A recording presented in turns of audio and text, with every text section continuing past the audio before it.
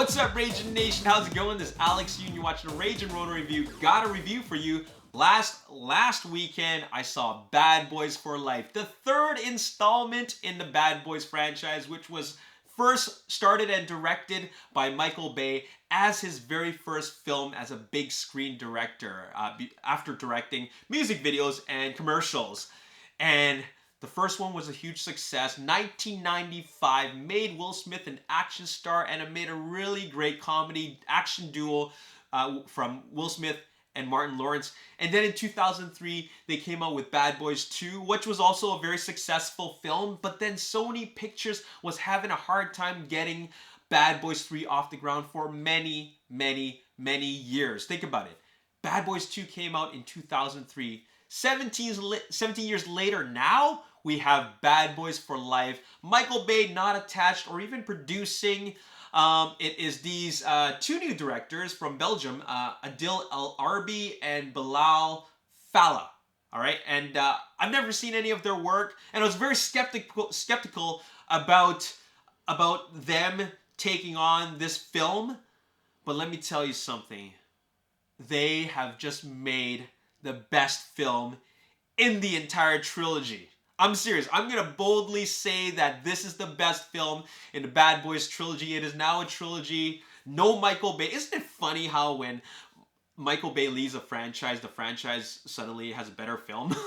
And it's not a joke, because I love Bad Boys for Life. It's the best film in the franchise, and I love Bumblebee, directed by Travis Knight, after all those previous 5 Transformers films. Okay, the first one will always hold a special place in my heart, but the fact is that Bumblebee was awesome. Anyways, let's talk about Bad Boys for Life. These new directors did something very amazing, and that is they brought heart and soul, emotion to this buddy action cop genre.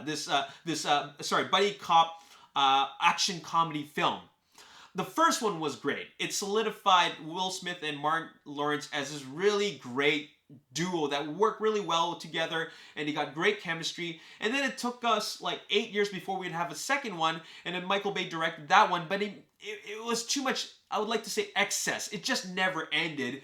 And then suddenly you went from buddy cop to like full-on crazy military action film. It's a buddy cop film. Why does it need to be 2.5 hours long? You know what I'm saying? And he just used all available resources to create the biggest movie ever. And I thought that was just unnecessary. Hence the word excess. Now we bring it back. These two directors, I think they took what worked in the first one and focused on the characters first. And that's what exactly they did. That's exactly what they did. But then they also remembered that we also got to include some big action. You know, maybe it might not be as big as a Michael Bay like Bad Boys 2 sequel, but they found that middle ground. And that's the beauty of it. They found the middle ground between having too much and too little. Like, the action isn't as big as Bad Boys 2, but they found the spot which makes the audience feel like, okay, that's a good middle ground. That's a good balance. And then you have a lot of emotion and heart and soul between these two lovable characters. I think that, like, Bad Boys 2, while it had great action, it feels a little bit empty, because you see that there's something lacking between these two characters that we came to know and love. And what's also so great about Bad Boys for Life is after the 17-year gap, you just remembered how much you missed these guys. Once you see them back, you know, it feels like they never left. It's been 17 years and they have never, they're back. They're so back into, excuse me,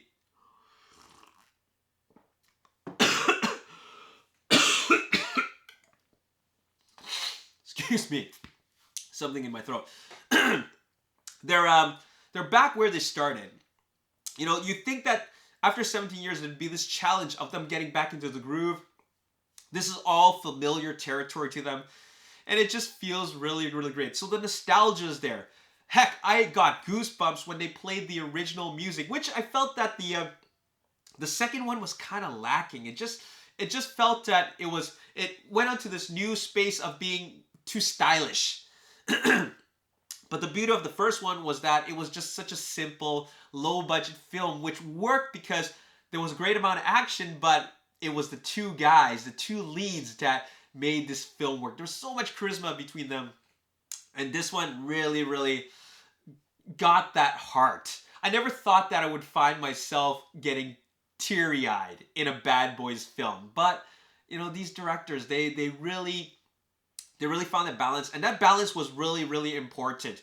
Because this film, you know, like nowadays it's hard to make a film like this. But once you accept that this type of film it's kind of like in a genre of its own, and that is not it's not a realistic cop drama or anything like that. This is pure entertainment. And they gave us a really, really entertaining film with over-the-top action, with these really, really human characters. I felt like in the second one they were kind of dehumanized. In this one, they brought them back to the ground. You know, they gave them more a grounded a tone about them. And that's what really made it work. It made us connect to them as characters. And all around, it was a really, really fun time. So, you know, there was a little bit of a worry about that. They were bringing this kind of a passing the torch theme, which is where they introduce these young characters, and then they're gonna continue where Bad Boys left off. But you don't even have to worry about it. The Bad Boys are here to stay, and that's what we're given. I'm gonna give this film an 8.5 out of 10. This is a pretty high score, but it's very, very well deserved for a film like this. This is like a great way to start off the movie season in 2020 with Bad Boys for Life. It is a great film. Everybody that I've spoken to who have watched it, like, you know, friends and people I know, they all said it was good. So go watch it. Go have a good time. And I want to leave you with a very fun personal fact about myself. This film came out in 1995, and I couldn't watch this film. I really, really didn't watch this film because this was, you know, I was a fan of Will Smith as a Fresh Prince. I loved his sitcom, and I also was a fan of his music, and I couldn't wait to see Will Smith in an action film, but I was too young to watch it. So I couldn't go into the theaters. I had to wait for it to come out on video. I couldn't even ask my parents to rent it because of an R-rated film. I actually had to secretly watch it from a relative that had rented it. And then that is the film that made me into the movie buff that I am today. So this movie, I mean, the original movie actually holds a very special place in my heart because it really defined who I am now. I wouldn't be making these videos reviewing movies if it weren't for Bad Boys that came out 25 years ago. So here I am. And like everything's kind of coming full circle because this film, Bad Boys for Life, is the best one. All right, so go check it out. 8.5 out of 10. Really love this film, and it's just such a great way to continue the franchise. And they've already said that they're gonna make a fourth one now. I kind of wanted to leave off as a trilogy, but if they're making a fourth one and they're keeping the same formula, I'm there. I'm there opening night. All right. Anyways, that's all I got to say in this review. Go check it out. 8.5 out of 10. As always, if you enjoyed this review and you want to see more, make sure you hit the like button, subscribe to YouTube channel, like me on Facebook, The Ragin Nation. Also follow me on Twitter, Ragin Nation. My name is Alex. Thanks for watching. See you next time. Peace.